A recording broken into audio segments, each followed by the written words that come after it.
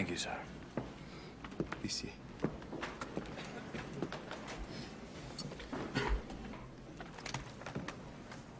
Mr. Hollywood?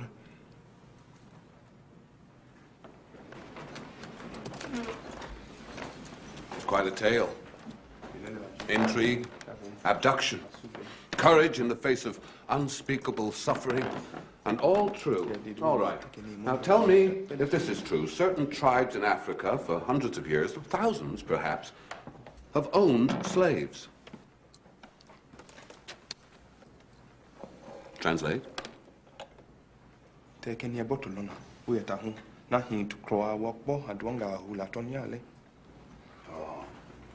Yes. And under what circumstances might one become a slave, say among the Mende of which you claim to belong? Translate. Boawe tawuti ando omende bla loti ya. Kwe. Pay. Was.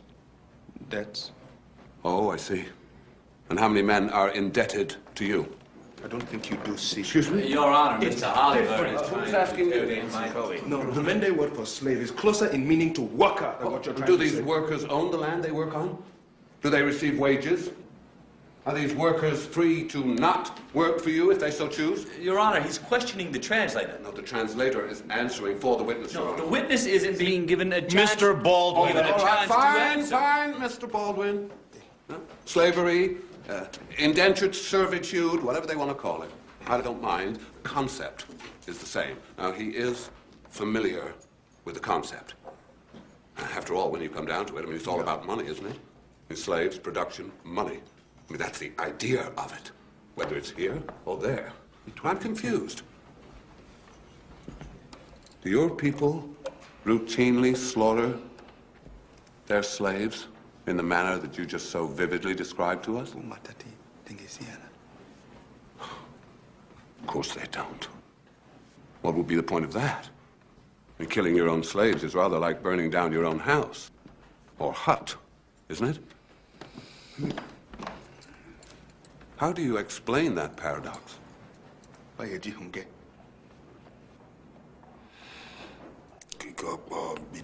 don't understand what you mean. Sure you do. As does everyone here. The behavior you attribute to your tormentors, your victims, to be more precise, and therefore every other aspect of your testimony makes no sense.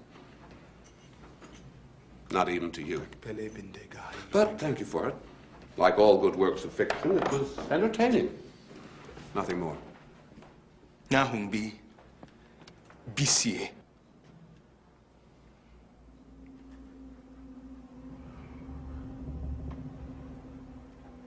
Captain Fitzgerald, please explain to us your primary duties in Her Majesty's Navy. To patrol the Ivory Coast for slave ships. Because? Because slavery is banned in British law, sir. Yet the abduction of freemen from the British Protectorate of Sierra Leone and their illegal transportation to the New World, as described by Cinque, is not unheard of, is it? Not even unusual, regrettably. Well, what, if anything, in his account of his ordeal, do you find believable? His description of the slave fortress, for one thing. There is such a place. You've seen it? No, sir, we've not managed to locate it, but there is overwhelming evidence that it is real. What evidence exactly? Rumor? Reports. By reports, you mean of the variety Cinque shared with us today? Its existence, sir, has been reported. Cinque describes the cold-blooded murder of a significant portion of the people on board the Decorah. Mr. Hollywood sees this as a paradox. Do you, sir? Often, when slavers are intercepted or believe they may be, they simply throw all their prisoners overboard and thereby rid themselves of the evidence of their crime. Drown hundreds of people? Yes. It hardly seems a lucrative business to me, this slave trading. Going to all that trouble rounding everybody up only to throw them overboard. No. It's very lucrative.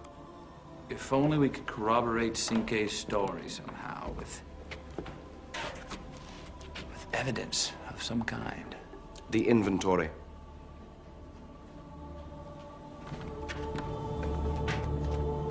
This? From the Takora? If you look, there's a notation made on May the 10th correcting the number of slaves on board, reducing their number by 50. What does that mean? Well, if you look at it in conjunction with Sinkei's testimony, I would say that it means this.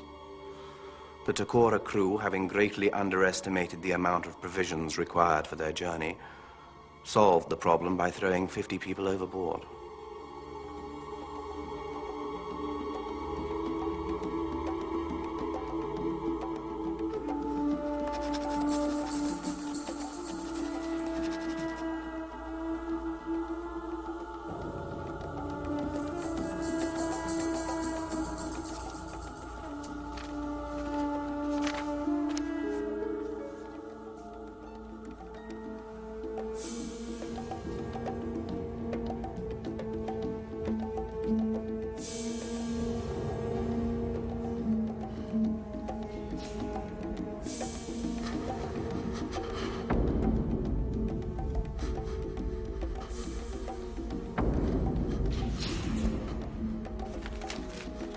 I'm looking at the same inventory, Captain, and I'm sorry, I don't see where it says this morning we threw 50 slaves overboard on May 10th or any other day. As of course you would not.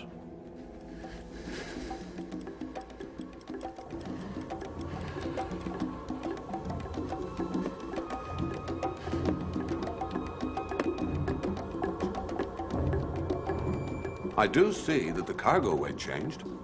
They reduced the poundage, I'd see. That is all.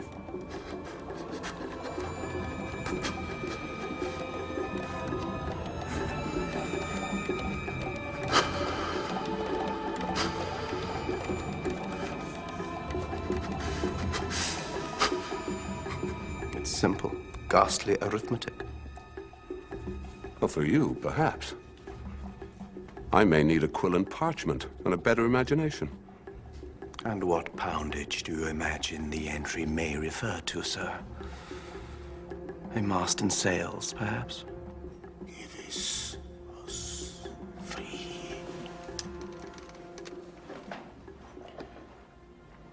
Give us free. Give us free.